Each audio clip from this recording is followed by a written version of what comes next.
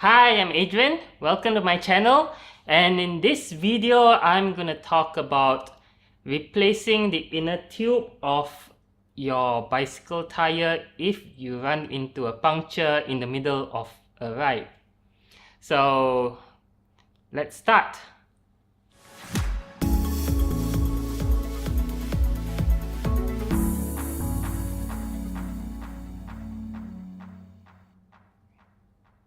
So you're in the middle of a ride, you suddenly feel or hear that, that dreaded feeling, and you look back and you see that your tire is flat.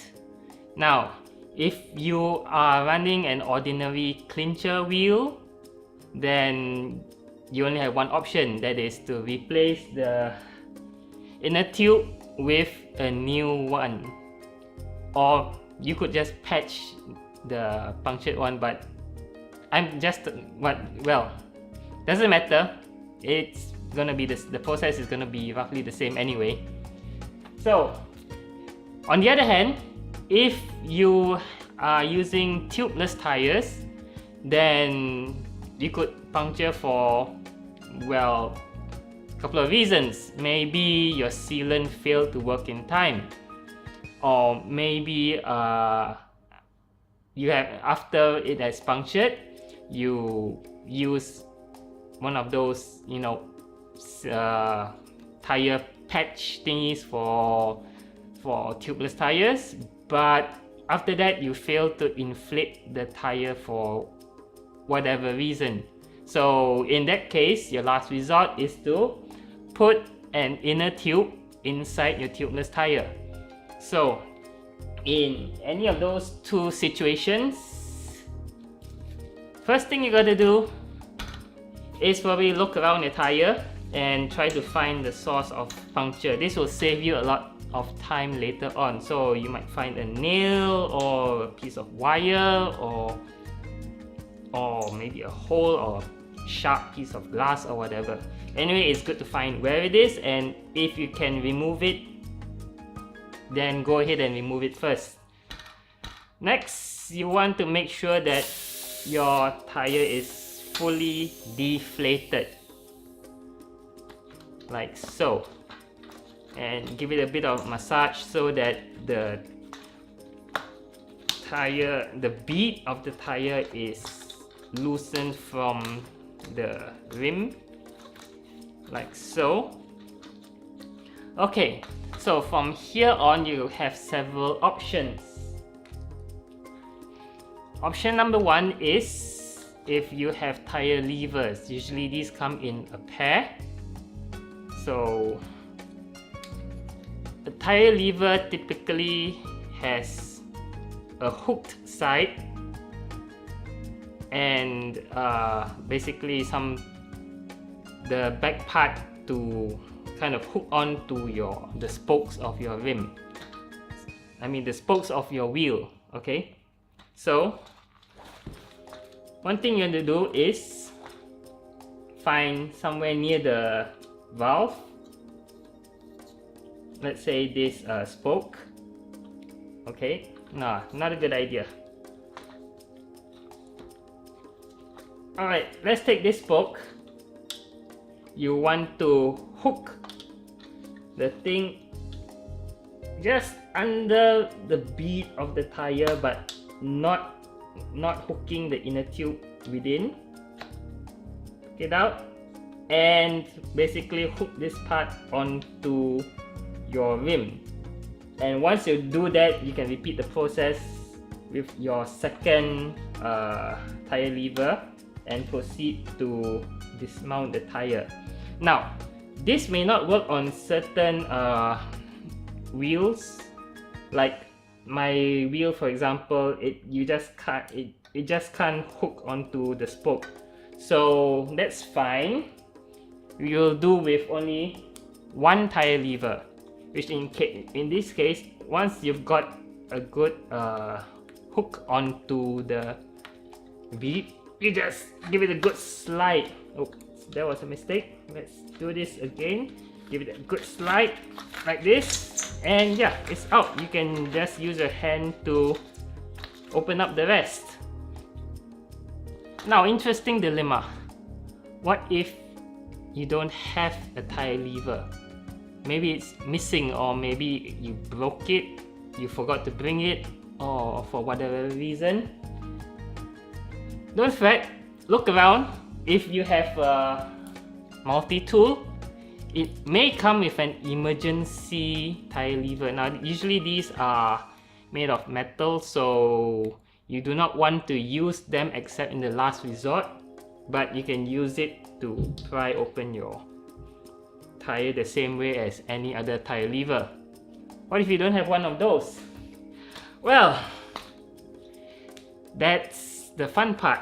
Okay, first of all, you don't really need tire levers to dismount the tire, but it can be hard depending on the tire and rim combination that you have. Some may be easier, some may be harder. Okay, so let's just say this is your last resort.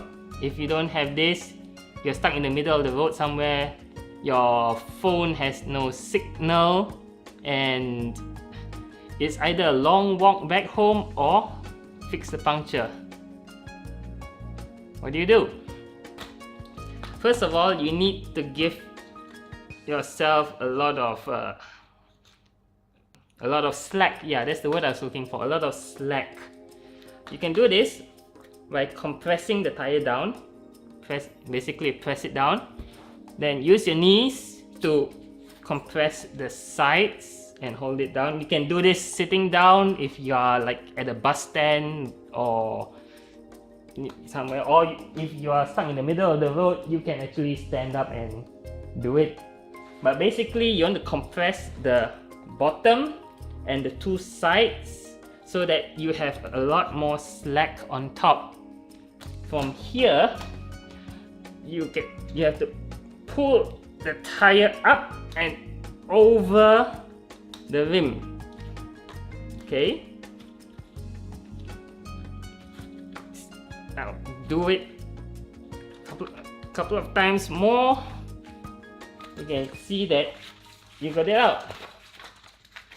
Then you can use your hand to just prise the rest of the tire out, like so. Then after that, you just get your inner tube, pull it out,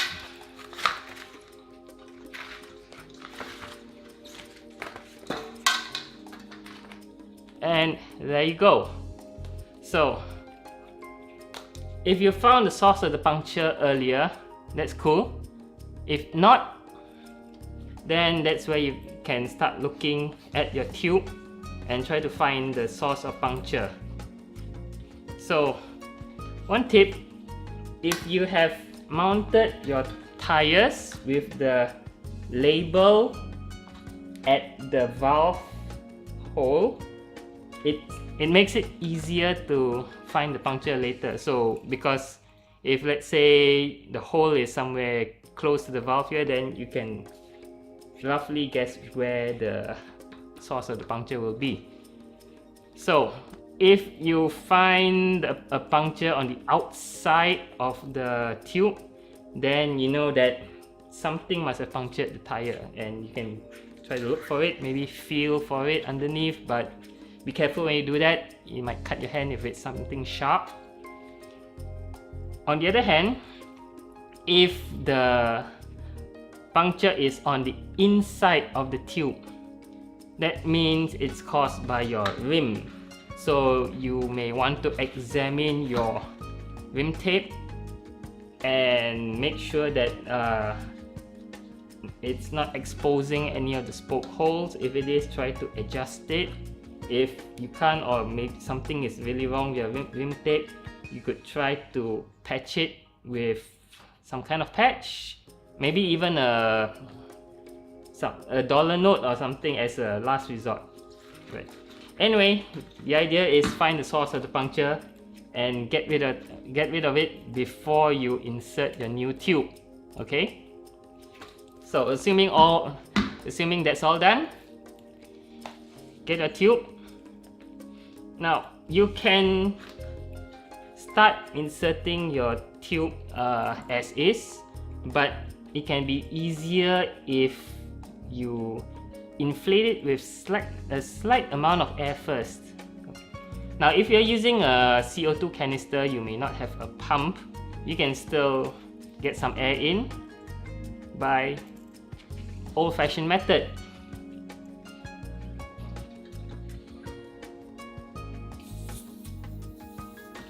There, this should be enough.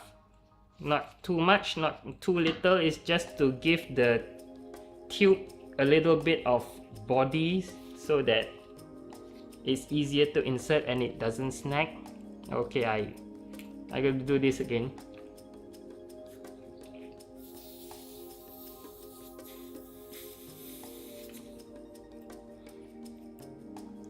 Yep, better.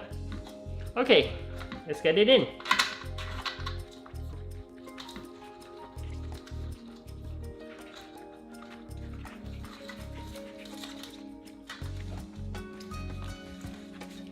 I find it easier to do it this way.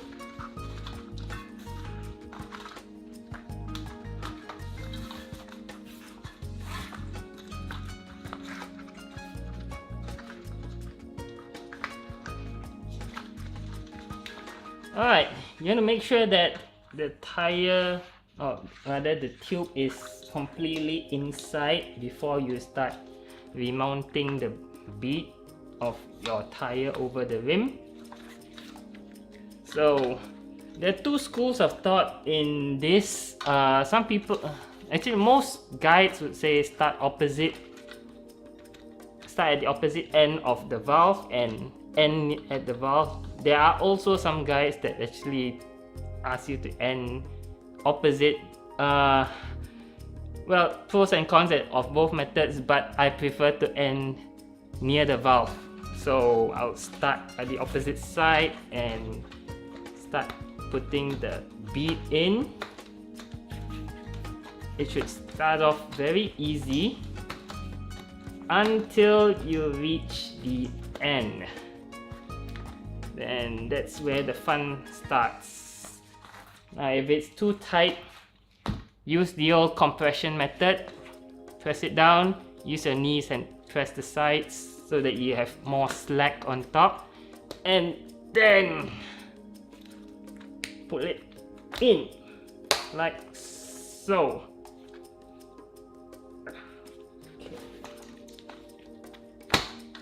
Like so. Now if you have trouble using your fingers to do it, you can use the back of your palm, especially if you are wearing cycling gloves, to like roll the thing in. That also works. But let's say you have a particularly tough tire and rim combo, or well, maybe after a long ride your hands are numb or tired, or maybe this is your second or third puncture, you're really tired, you can't get the bead over the rim. Well, if you've been on the internet a lot, you've probably heard people say things like, it's not impossible, you should be able to do it with your bare hands. But you know, the problem is you're stuck in the middle of the road. You either fix it or you walk home. So forget all that masochistic nonsense. Go back to the tire lever. Now remember, we use the hook to hook a bead and pull it up when we are trying to dismount the tire. So when we are mounting the tire, use the opposite side, use the bead and just hook slightly over the rim and push the tire in like so. Now when you do this, you have to be very careful not to pinch the inner tube inside. To make things easy, you can use a bit of whatever strength you have left in your hands to help pull the rim, pull the bead up also, and then you have it. It's done. So the last thing you gotta do before you pump up the tire well, it's not compulsory, but if let's say you use the tire lever to mount your tire, you may just want to double check, look through your tire and make sure that your inner tube is not pinched by the tire. Yep, once that's done, it's just a matter of using either your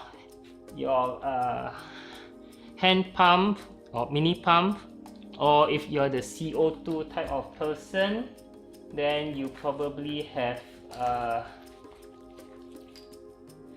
CO2, well, injector or whatever you call it. Plug in your CO2 cartridge, pump up the tire, and we are done.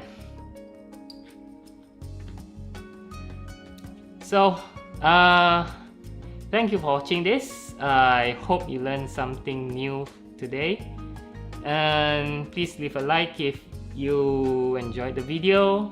To get notified of future videos, you might want to subscribe. It helps the channel grow. So I'll see you in the next video. Bye.